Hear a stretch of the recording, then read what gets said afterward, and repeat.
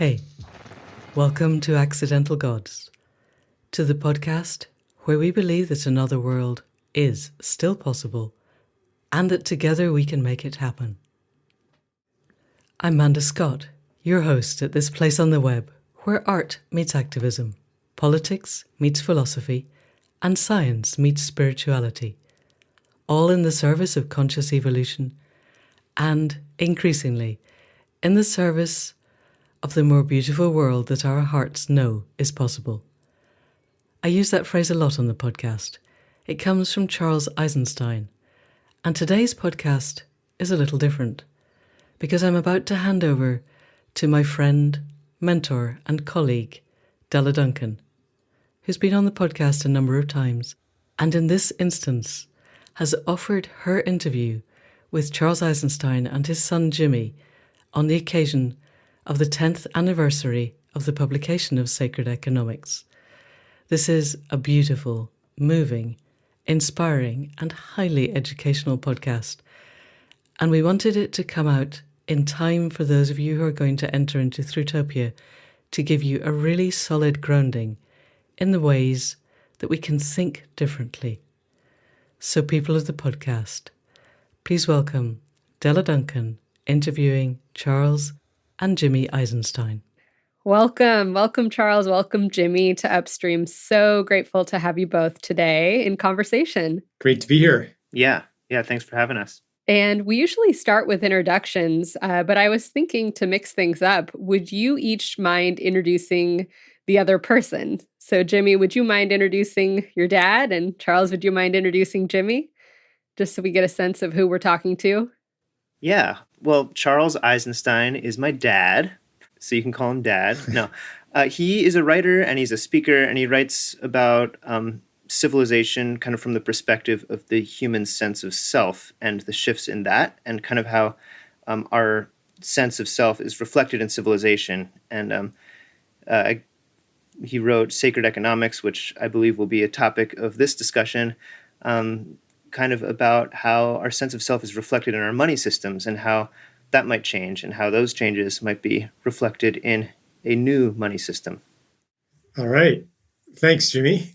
So Jimi Eisenstein is named after both my father, James, and also a friend in Taiwan, where he was born, who was also named Jimi, who is an amazing musician and created a festival there. And so it seems like Jimi's inherited some of both, actually. Inherited some of our family's propensity for philosophical inquiry and also some of the creativity of his other namesake and his musical ability. Jimi's also a pretty talented artist, very creative, makes animated videos, has composed music, does landscaping, he's good with plants and stuff, and is just like super creative in many, many different ways. He can write code, he's just like created so many different things in different areas. Well, welcome to you both. And I thought by way of getting to know you both a little bit and kind of tap into what you're thinking and feeling right now, I'm wondering if you could share what you're grateful for right now in life right now, and also what is breaking your heart. So what are you grateful for and what's breaking your heart? Whoever wants to go first. Well, lately I've been really grateful for comedy improv theater. It's just been like a nice connecting community activity I've been involved in lately, and just brings me a lot of joy and like helps me feel connected with people.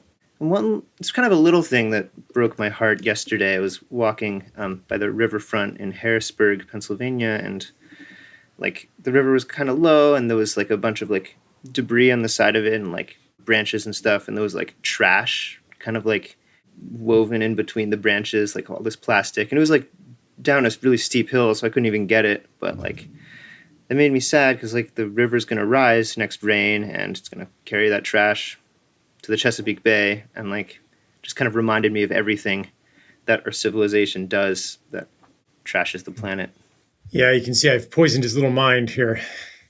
Yeah, trashing the planet. Yeah, I've been grateful for having a healthy and happy family, actually. And especially I have my youngest son is 8 years old. And the other day we were at the beach. He was just frolicking in the waves, pure joy. And I thought, yeah, I get to experience that. And it reminded me of my decades of being a father and going back to to witnessing the birth of all four of my sons. And I was just feeling like, wow, like not everybody even gets to witness that. And I got to witness that 4 times. I felt just so grateful for having that experience that's still ongoing. One thing that's been breaking my heart is the breakdown in civil discourse, the exclusion and the name calling and the ostracism and the dehumanization that's happening in online dialogue and even offline, and the separation of society into mutually exclusive, hateful, polarized camps. I write about that kind of thing, and sometimes it's hard to convey in my writing how much it just hurts to see that, to see like these beautiful, beloved human beings going at each other's throats. And it hurts also because I know what we could accomplish as a species if we didn't do that. Not that we wouldn't have disagreements, but to channel the disagreement onto hatred means that they never get resolved. So like that's my intellectual take on it, but it just hurts, It's like kind of watching, like when my children are fighting. It's kind of the same feeling. So yeah, thank you for the question. Yeah, I hear you. I hear you both. And, the theme of the show is upstream. And it comes from a metaphor that I first heard from public health around kind of being with the challenges of our time, whether they're social, as you mentioned, Charles, or ecological, as you mentioned, Jimmy, and then going upstream to figure out what are the root causes.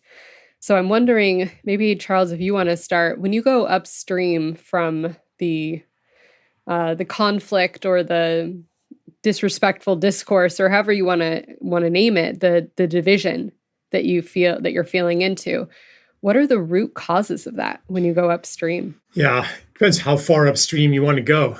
And I think that this stream has many tributaries.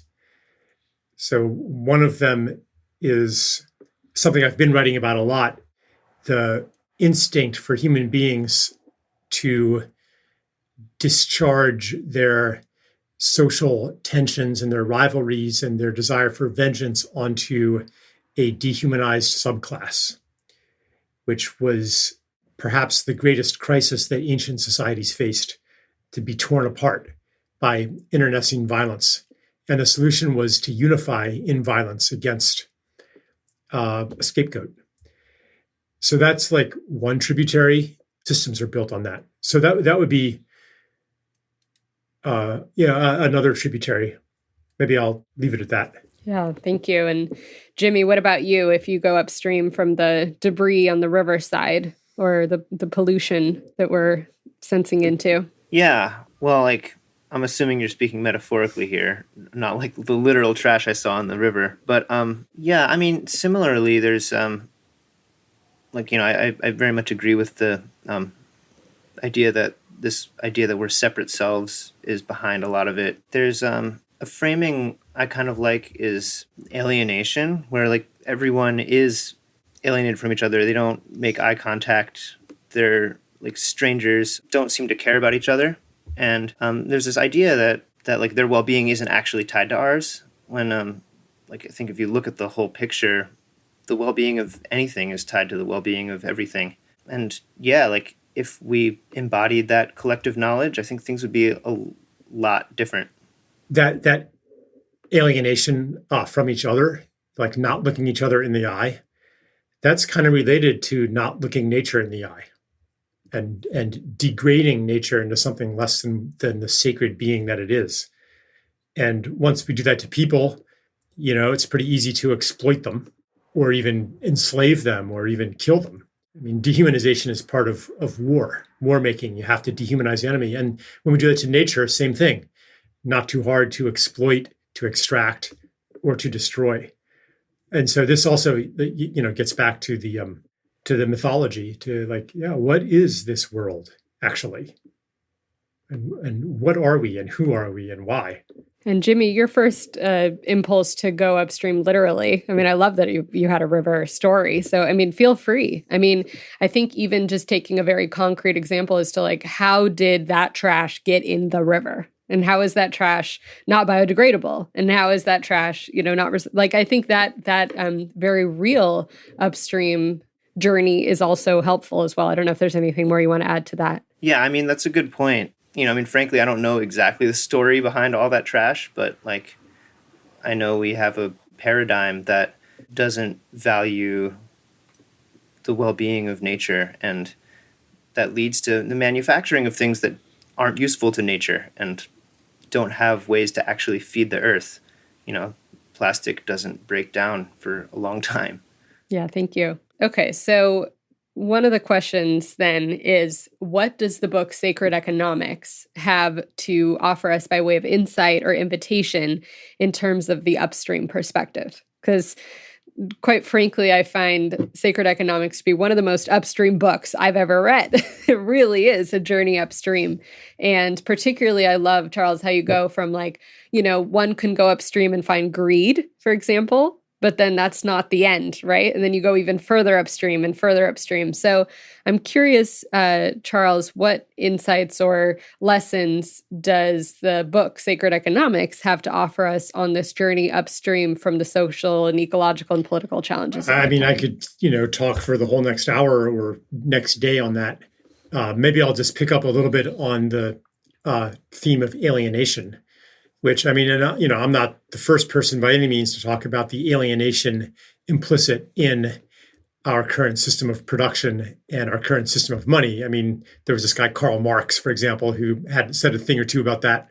And, some of my book draws on that lineage. So this idea that we're separate from Earth, that Earth is not a full and sacred being, it's not just like some dumb idea that we all of a sudden made up, but it co-evolved along with our society becoming more and more complex, with the division of labor, with technology, and with money. All of these things co-evolve with our ideas about ourselves and the world. Just to take a really simple example, when you are no longer a hunter-gatherer or no longer a farmer, but you're dealing in an increasingly abstract realm, or a realm separate from nature, designing machines or designing microchips or something like that. Nature is no longer your intimate companion. The soil, the plants, the seasons, the weather even.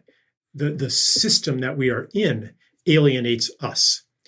And what makes the system work and is both a product of that system and a prerequisite for that system, or has co-evolved with it, is money.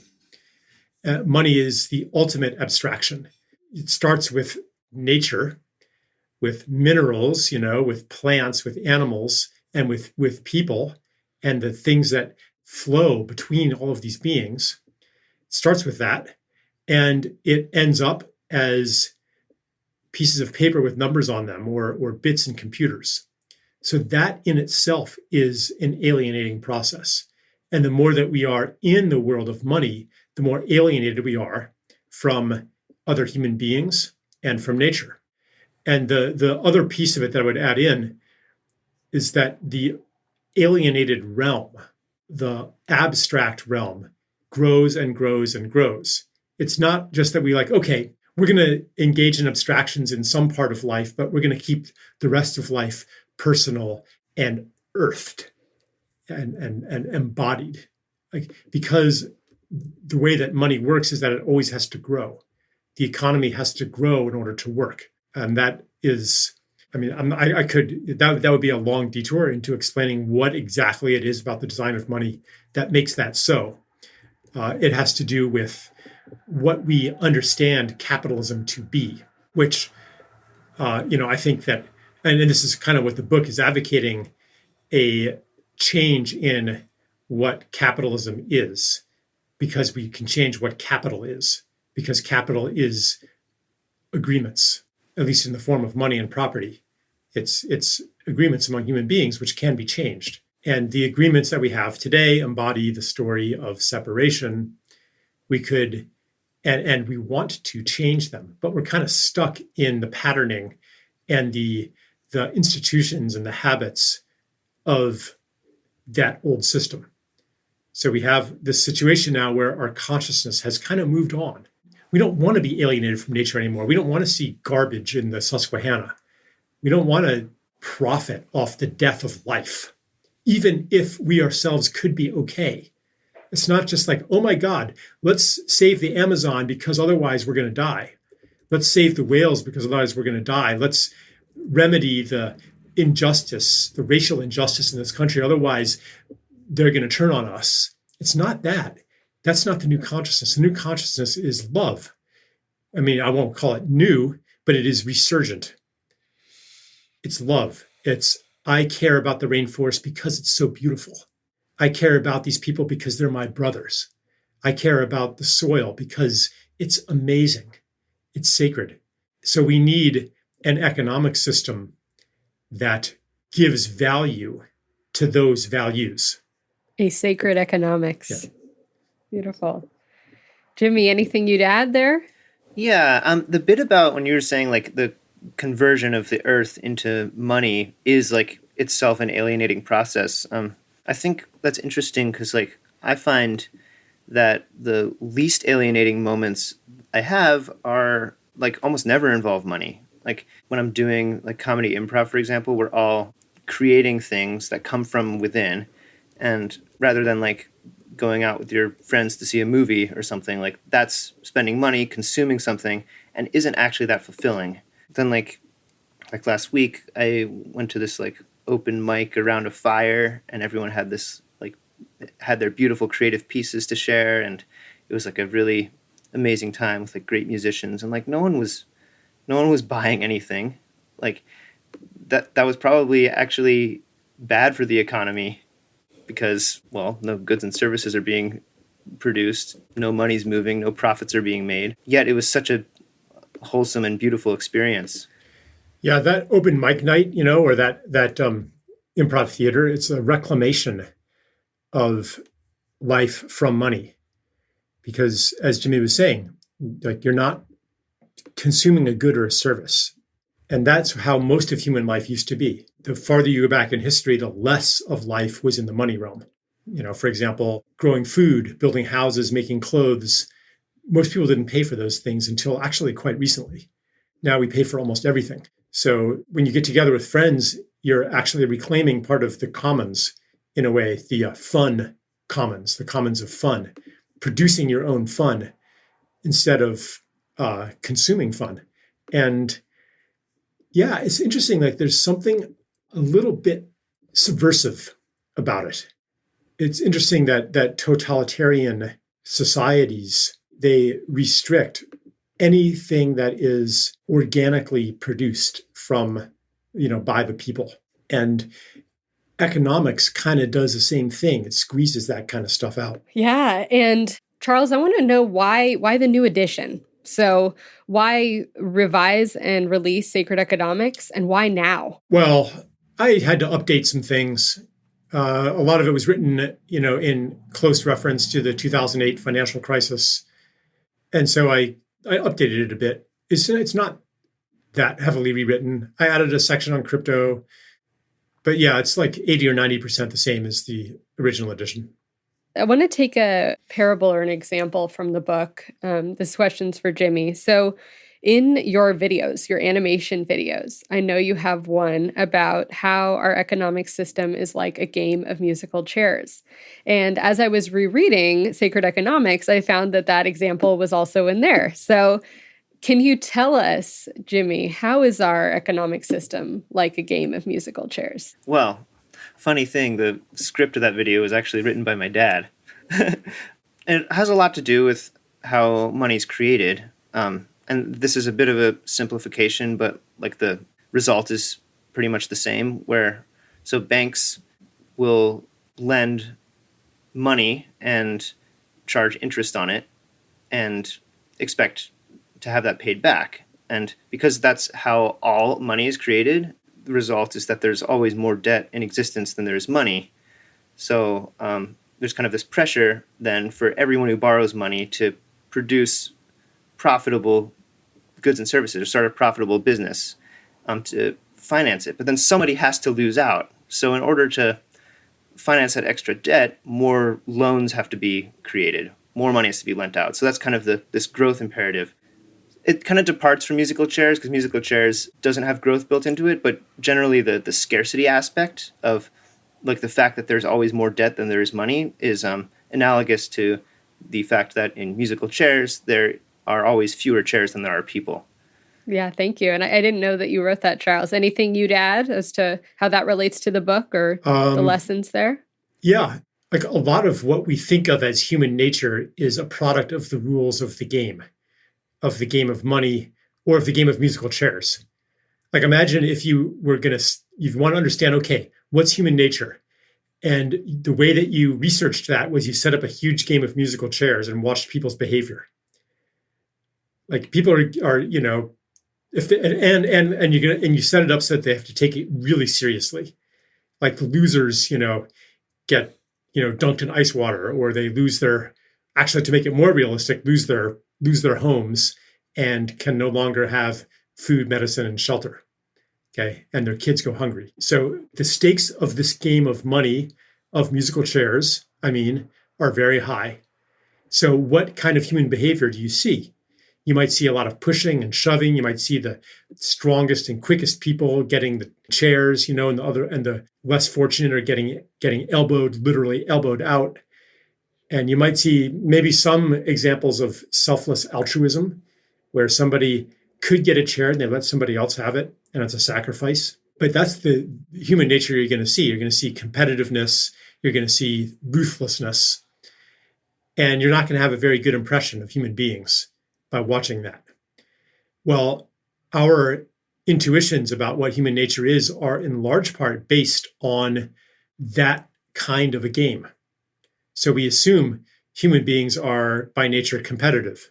And then we justify our economic system based on what is actually a consequence, at least to a large degree, of our economic system. The metaphor is very fruitful. Yeah, and this brings us to the concept of scarcity, right? And one thing I really appreciate in sacred economics is that you kind of challenge the new age perspective of folks who want wealth in their life, whether it's financial or otherwise, to just embrace abundance, embrace the natural state of abundance, and then they'll have financial wealth. And kind of just that if only we make that shift in our perception or consciousness, we will then live in abundance.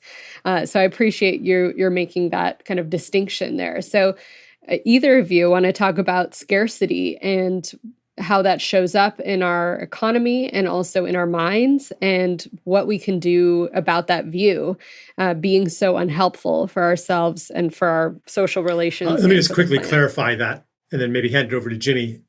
I do think that this kind of inner work of examining habits of scarcity can be very useful. A lot of people sabotage themselves out of a feeling of not deserving.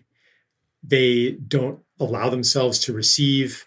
They don't act on opportunities to create things because they think they're not good enough. Like there's actually a lot to look at there. But in general, like you can't, go to an impoverished village in Ecuador and say, wow, look at all those people wallowing in scarcity mentality. If only they, recited abundance mantras, they would all be better off. Like if you say that, then you're blinding yourself to the systemic causes ultimately that originate in the debt-based money system that it require some people to be in poverty. I think like this psychological aspect has to coexist with a systemic understanding. And really where it leads to ultimately is a convergence where we say, yeah, because I see the world abundantly, I no longer need to have a system that allows me to dominate others and to be one of the privileged few, and to guard against everybody else taking some of mine, because otherwise I won't have enough. So actually the scarcity mentality enforces systems of exploitation. So there is a convergence there. And I do think that the New Age teachings actually have some value in them. Yeah, I find the issue I have with the New Age teachings are when like a kind of underemphasis on letting the mindset of abundance like inform your actions. Like for me, if I really want to invite a reality where there's enough for everyone, a reality that's abundant, and I see scarcity and I see people suffering, that drive is going to motivate me to want to do something about it. I feel like that's a key part of it too, where like you're not just doing it in your mind, but like the mental shift motivates further action and maybe like acts of generosity. Oh, Jimmy, tell the story about the handing out sandwiches. I think that's a good illustration of. Oh yeah, it was actually salads. So my uncle, or Charles's brother, has a farm, and I was working there for a bit, and he had this like big surplus of lettuce and cucumbers, and that he couldn't sell. So I took them to Harrisburg, and I made a bunch of salads and put them in a cooler, and decided to go out into Harrisburg City and hand them out to people. I put on my black shirt with a red hammer and sickle printed on it, and went out, and I made a sign that said, free salads, local, organic, revolutionary, or something like that. And, you know, it was kind of like a joke, an experiment, but also like I really wanted people to eat this food. Like it was really good food. And yeah, you know, some people just took the salads and didn't really say much. Some people were like really grateful and like surprised that someone was just like giving away free salads, like almost like bewildered. Like, why would someone be spending their time and energy doing this? Another person, like I offered him a salad and I talked about how good the salad is. And he said, oh, cool. Yeah. How much? I'm like, oh, no, it's free. You just take it. I was like, well, you're not charging money. Why aren't you selling them? I don't remember what I said, but I know I should have said, oh, these salads are too good to sell, or something like that. But yeah, I think it's interesting how like there's an assumption that like if someone's giving you free stuff, you'll have an agenda behind it, or if someone's giving you something, they're probably wanting you to give them money. Yeah, and I think that like relating it back to the topic, like I think people having experienced this like receiving a salad just completely unconditionally, I think was helpful in bringing them into a reality of abundance. Like the law of attraction stuff, I think needs to consider that we are not separate minds, but that influencing our collective consciousness is just as important as influencing our own. And that's where like action comes in to like really help people shift into mindsets of abundance and thus generosity, which then reinforce each other. Yeah, because like when you see some guy handing out salads, free organic salads, you're like, that's a glaring exception to what seems like one of the laws of human nature in the game of musical chairs. Why would somebody do that? You know, it's incomprehensible. It's like a puncture in the balloon of the story of separation. It disrupts, it like unravels the whole fabric. Which, okay, and maybe this isn't like the best example, but just in general, generosity opens our hearts. When we witness, even if we witness it and are not even receiving ourselves, but we witness generosity, like for me, it's like, it reminds me of something. I'm like, oh yeah, I could do that too. Oh yeah, all this fear and grasping and controlling aren't necessary because that guy's not doing it. So do I really need to do it? It introduces a question, and it reminds me of a different human nature from outside the money game, from outside the musical chairs game, it's like a memory of the deep past. And I would also say the beautiful future. Yeah, and also a memory of, as Genevieve Vaughn would say, about when we're born into the gift economy through our parenting, right? And so we come into that, and you talk about this in the book as well. So a memory of even just our childhood, right? And the gift giving of the community and family around us. And Jimi, your story of the salads reminds me of a quote from Sacred Economics, where Charles, you bring up a hunter-gatherer culture in Brazil, and you say, somebody asked the hunter, where do you store your meat? And they said, I store my meat in the belly of my brother. And I can just see that, around not wanting the salad to go to waste. And so storing the salad in the mouths of the community around them. And the theme of the gift economy is very, very powerful in the book. And I love what you say, Charles. In the book, you say, the best investment we can make is in community, right? And how powerful it is that you say that, right now we don't need each other anymore, right? How financialized and commodified everything has been, and how our needs can be met completely on the financialized market. I remember seeing something that said, rent a friend, right?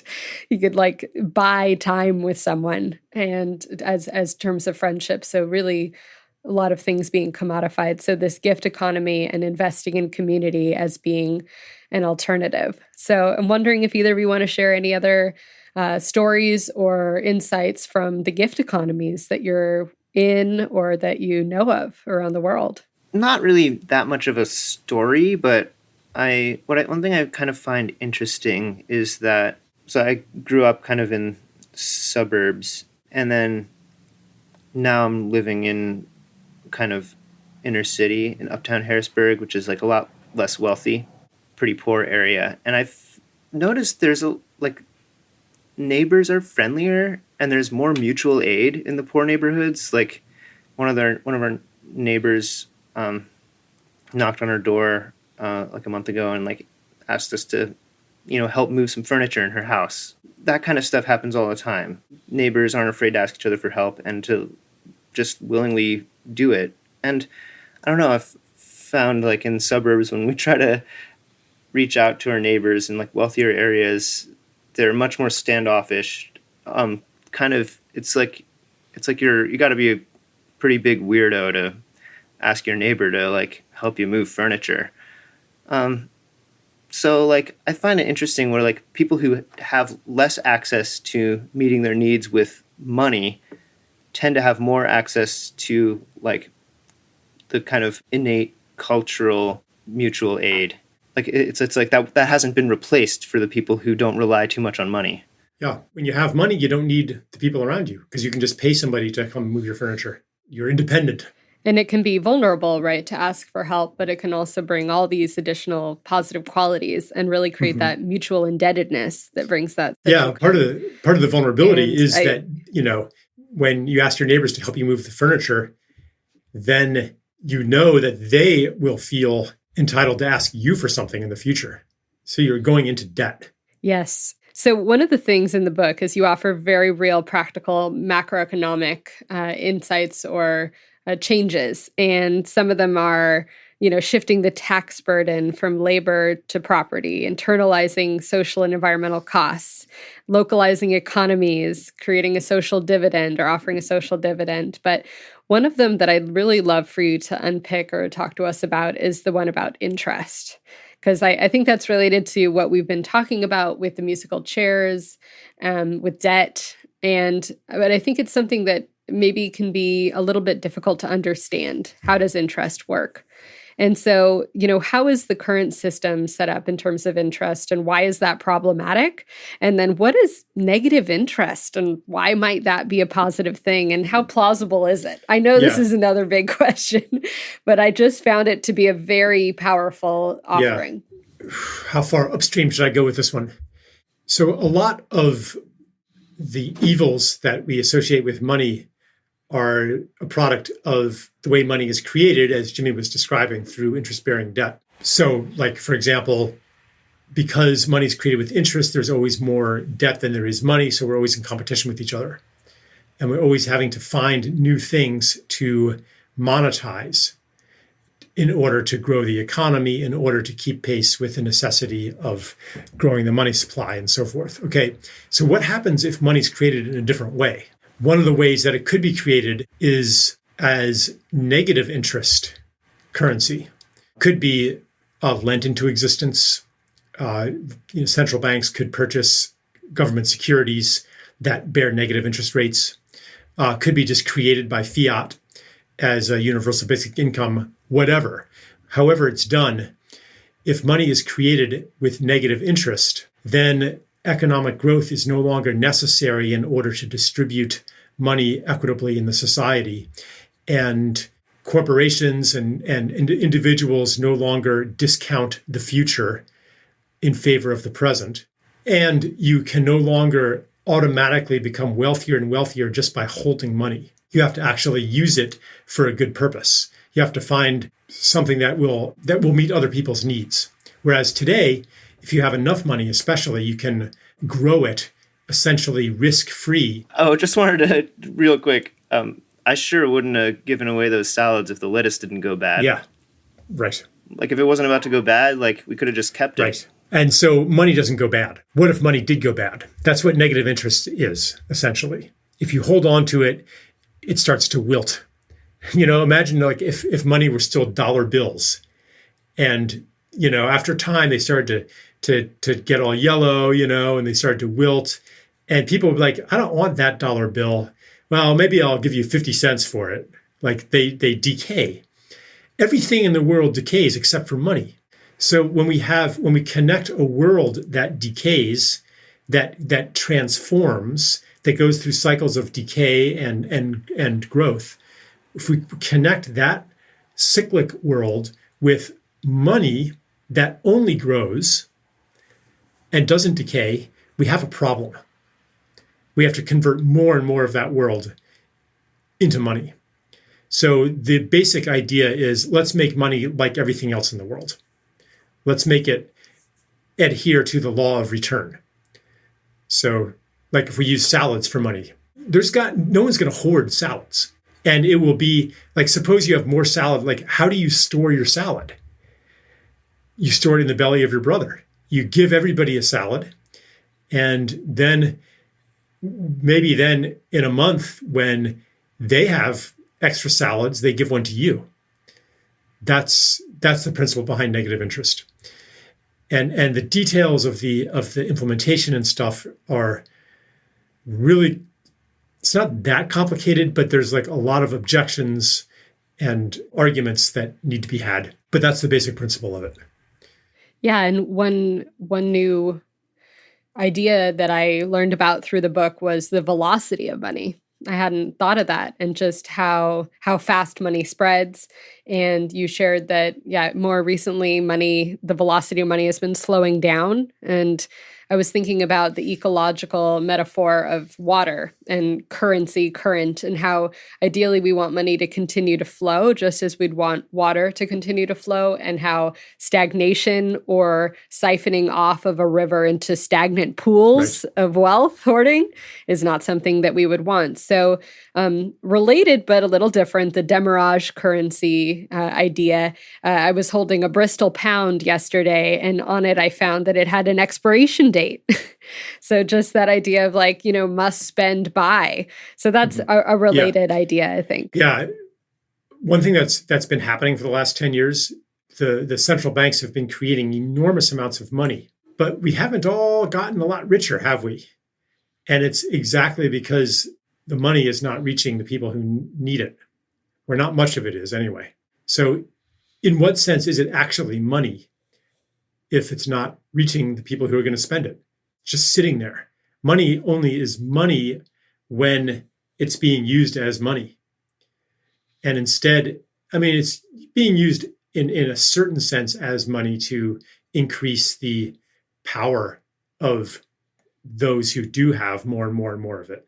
But you've seen the graphs, like how much of the new wealth created has gone to the 1% or the 10th of a 1% or the billionaires. It's an inordinate amount of money. And that negative interest kind of forces money to flow, because it's like, you got to get rid of it. You can't keep all those salads. So you'll have an incentive to lend at zero interest. Therefore, you're not going to get richer and richer by merely having it. Another example that I appreciated from the book was, you said, if somebody had some money and they wanted to preserve a forest or an ecosystem, and they were to go to a banker and say, look, I just want to buy this land and just preserve it, the ecosystem or the forest, just preserve it in its beauty and its richness, its diversity.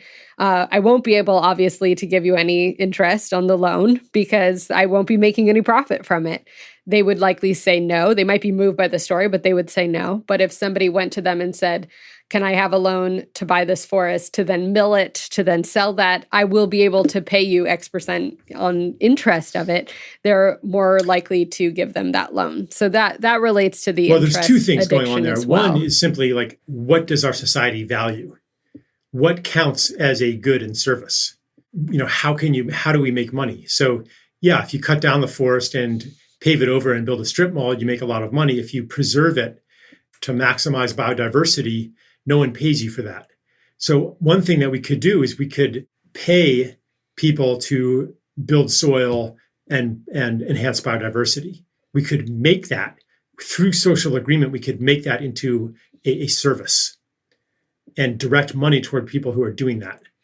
The other point is about interest, which today, if you say own a forest and you log it sustainably and make, say, $10,000 a year doing that, if you have the choice to do that or to sell the whole forest off for $1 million and cut it down and destroy it, you're better off doing that, destroying it for $1 million than you are logging it in perpetuity for $10,000 a year, because the interest on $1 million is more than $10,000 a year. So that's another. So there's two things going into that. Well, I want to just ask one more question then to you each, because this theme of right livelihood feels really important and alive. I personally love the theme of right livelihood in my own life. I also appreciate that it was in the book, and also a lot of people who are around me really ask this question of, how can I have right livelihood in this current economic system? How can I use my contribution, my labor, my gifts to be in service to, as you say, the more beautiful world our hearts know is possible? So I just want to close with each of you sharing maybe some invitations or insights about right livelihood, either how you're navigating that theme or what you've learned through your studies or learning, but just anything by way of how the listeners can pursue right livelihood and make sense of the topic of sacred economics in their own lives and their work. Yeah, I mean, I don't know how much I have to say about it in general. I can speak from my own experience. This year I've been working for my friend's ecological landscaping business, and that's been really cool. We've been doing lawn conversions and putting native pollinator plants in the ground. We did a water management system that fed into a pond, and now that pond has frogs in it. We dug the pond from scratch, really cool things, and we made good money off of it. And I think that's one example of how it could work, and it seems to be seems to point to because most of the clients we had were, wealthier than we are, and so it seems like there are people who have wealth who want to use it for good, and finding those people and connecting them with people who have the gifts that are really needed for the world, I think is one good step that can be made. Yeah, that's a really beautiful and simple illustration, because when we try to deal with this on a systemic level, it can be really daunting. But the new consciousness, or the new and ancient consciousness that I spoke of at the beginning, it's always seeking out opportunities. I come into contact with so many wealthy people who want nothing more than to use their wealth for something beautiful, something that's beautiful to them, often with an idea of ecological or social healing. So it's an interesting counterpoint to the despair that I feel when I look at the whole system. When I'm actually okay, how can I live in a beautiful way and serve what is beautiful to me? There's so many opportunities to do that. Yeah, I don't know. See, the thing is, the nature of the path that I've chosen and the particular set of gifts I have seems to lend itself more to the systemic level, where it's not always so obvious. If I write something, I'm not seeing as much evidence as Jimi is of frogs coming, frogs appearing. Yeah, sometimes I think that I'm engaging in right livelihood, and sometimes I'm not. And I guess what I would maybe also add, you can't actually understand what is right livelihood through an ethical calculus, adding up your carbon footprint and am I causing harm to these beings, and is the benefit outweighing the harm, and that mindset is a financial mindset, actually, an accounting mindset. I think that the organ of perception that can orient us toward right livelihood is the heart. You feel good about what you're doing. You see the results. They make you feel alive. And you look forward to going to work that day. And if you're not looking forward to going to work that day, then maybe there's something to look at, even if you've convinced yourself that you're doing good in the world. Because I don't think we actually understand very well how this world works and what in 500 years is going to bring the most healing to the world. I don't think we can add and subtract and find the answer to that. Yeah, thank you.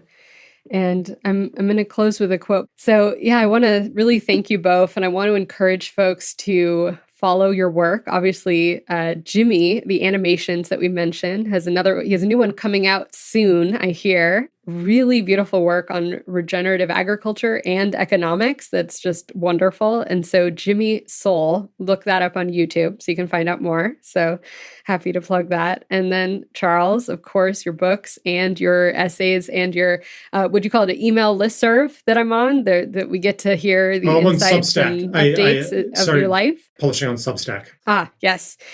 And one of the most recent ones that I read was about speaking with one of your other sons around this concept of hope and the future. And so I just wanted to close with a quote that I found related to that and see if either of you have any last words. So this is a quote from the book, We've Had 100 Years of Psychotherapy and the World's Getting Worse. And it's by Michael Ventura. And he said, he's in conversation with his teenage son who comes home and just says, Dad, everything's messed up. It's just so messed up. And this is what Michael Ventura turns and tells to his son. He says, we are living in a dark age, and we're not going to see the end of it, nor our children, nor probably our children's children. And our job, every single one of us, is to cherish whatever in the human heritage we love, and to feed it, and to keep it going, and to pass it on. Because this dark age isn't going to go on forever. And when it stops, those people are going to need the pieces we pass on. They're not going to be able to build a new world without us passing on whatever we can, ideas, art, knowledge, skills, or just plain old fragile love. How we treat people, how we help people. That's something to be passed on. So thank you for reminding me of that quote and for all of your inspiration. Any closing thoughts, Charles or Jimi? That's a beautiful, beautiful reading. Thank you for that. It's always been true that I call it the more beautiful world our hearts know is possible. It's always been true that it's many, many, many generations in the future. And I don't know, maybe we are at the turnaround. Yeah, even if it seems like we're not going to see it in our lifetimes, like I can still feel it, even if it's way far in the future. And yeah, the kind of vision of that can be a guiding compass in a way. Wonderful. Well, thank you both. And thank you for your contribution of Sacred Economics. Such a beautiful text, both philosophically and practically. So thank you so much for your work in the world. Deep bow to you. So, Della, welcome back to Accidental Gods. And thank you for giving us this podcast with Charles and Jimi Eisenstein. It's been beautiful and really moving to listen to father and son who both get it to such a degree. Given that we have a few minutes left at the end before we hit our hour, I wanted to explore one particular topic that came up towards the end, where Charles seemed to me to be saying that the more beautiful world our hearts know is possible, which is a phrase that we have definitely internalized on this podcast, is many generations away. And my feeling is that it can't be. We have to have versions of that are accessible to us now if we make the good choices that we know how to make, or we're probably not going to make those good choices. And I wondered if you had heard it the same as me, and if so, what your feeling is on that. Yes, no, it's a great question. And I did interpret it a little bit differently. I interpreted what he was saying more as we have a hard time really knowing the impact or the results of our actions. And I love that he says that Jimi is doing work like ecosystem restoration work or landscape work, where he created a pond and now there's frogs in that pond. Whereas Charles is doing more work such as writing, or the kind of shift in consciousness work, I would say, as one of the areas of the Great Turning. And so his work, he was saying, is harder to measure the impacts of that. It's like, how are we measuring our impact, our success, and the fruits of our actions? And it is helpful to kind of release a little bit of the expectation that we may know the impact. As Joanna Macy would say, she says, any act with good intention ripples out in the web of life and may have ramifications or impacts that we may never be able to measure or even see. And so it's the intention of the doing what feels most life supportive or life thriving right now that is the ultimate focus, rather on what the potential impacts may be. So that's how I interpreted it. Right. And to your point as well, though, what are the ways that we can already see the more beautiful world our hearts know is possible, and kind of water those things that already exist and kind of uplift and amplify them? I love thinking about that. I love thinking about what are the ways that diverse alternative economic systems already exist, such as the share shops, the cooperatives, the land trusts, the free library on your corner, all the ways that we give gifts to one another and share with one another and have systems of mutual aid and solidarity and support. So I love thinking about those things already existing, those more beautiful world our heart knows possible already here, and how do we water, uplift, and make them even more inclusive, and grow them in a way. So I love your question too, though. It's good. And really, thank you, because that helps put everything in perspective, and as you always do, and clearly, and make sense of it, because it did seem a little bit unlikely that Charles would be saying, sorry guys, basically life's going to be hell for the next 5 generations, but by the 6th generation, it'll be really cool, which broadly was the invitation of the Industrial Revolution. You and your children and your grandchildren are all going to live in ghastly circumstances in cities and probably die of cholera, but your great-great-great-great-great-grandchildren will have hot and cold running water and their own car. And look how that turned out. So yes, you're right. And this then speaks much more to the Fritjof Capra work that you're also involved in, of really understanding that we're all part of a hypercomplex system. And what emerges from that cannot be known from here. And yet, if we hold clear, clean, generative intentions, then they will, hopefully, we hope, ripple out. Was there anything else from that conversation that struck you as something that takes you forward in a new way? Well, I guess before going to that, what you're bringing up within me is maybe an invitation for folks listening around feedback loops, because I've worked with a lot of folks who say, okay, I just want to contribute right now. I care so much about what's happening in the world, climate change, ecological system collapse and social unrest, all of it. How do I contribute?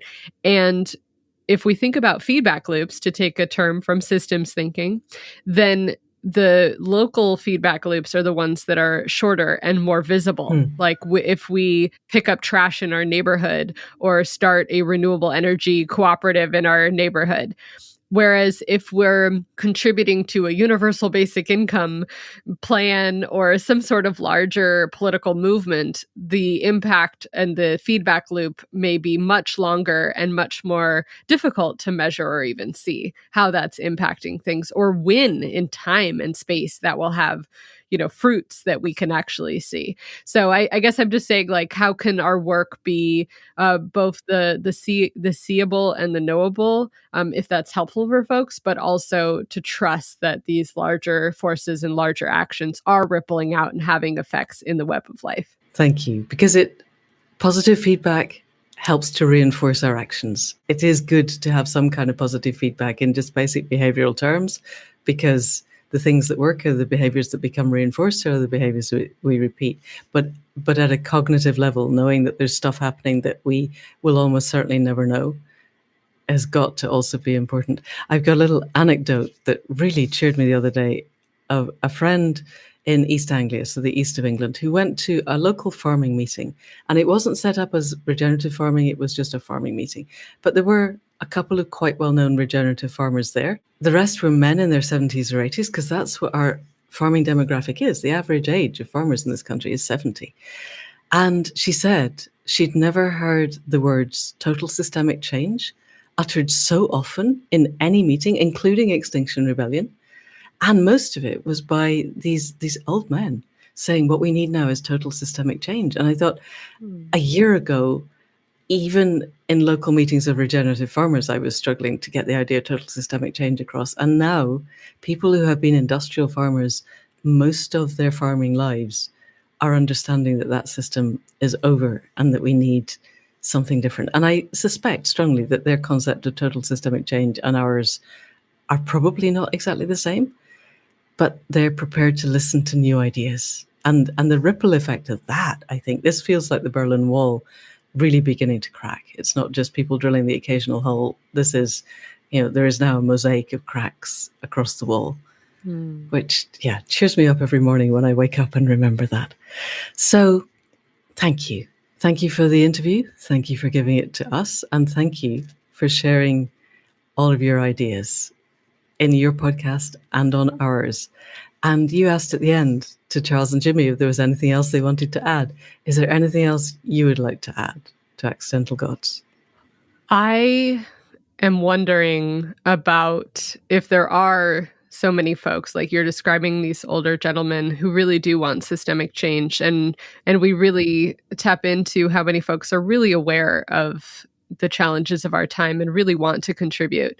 Then what is the barrier? And I guess I'm left feeling a little concerned with how our systems have kind of taken a life of their own and are running themselves in a way. And so I guess I'm wondering, where is it that we, in all areas of our life, do have choice and agency and can change the operating principles of the system that we're in?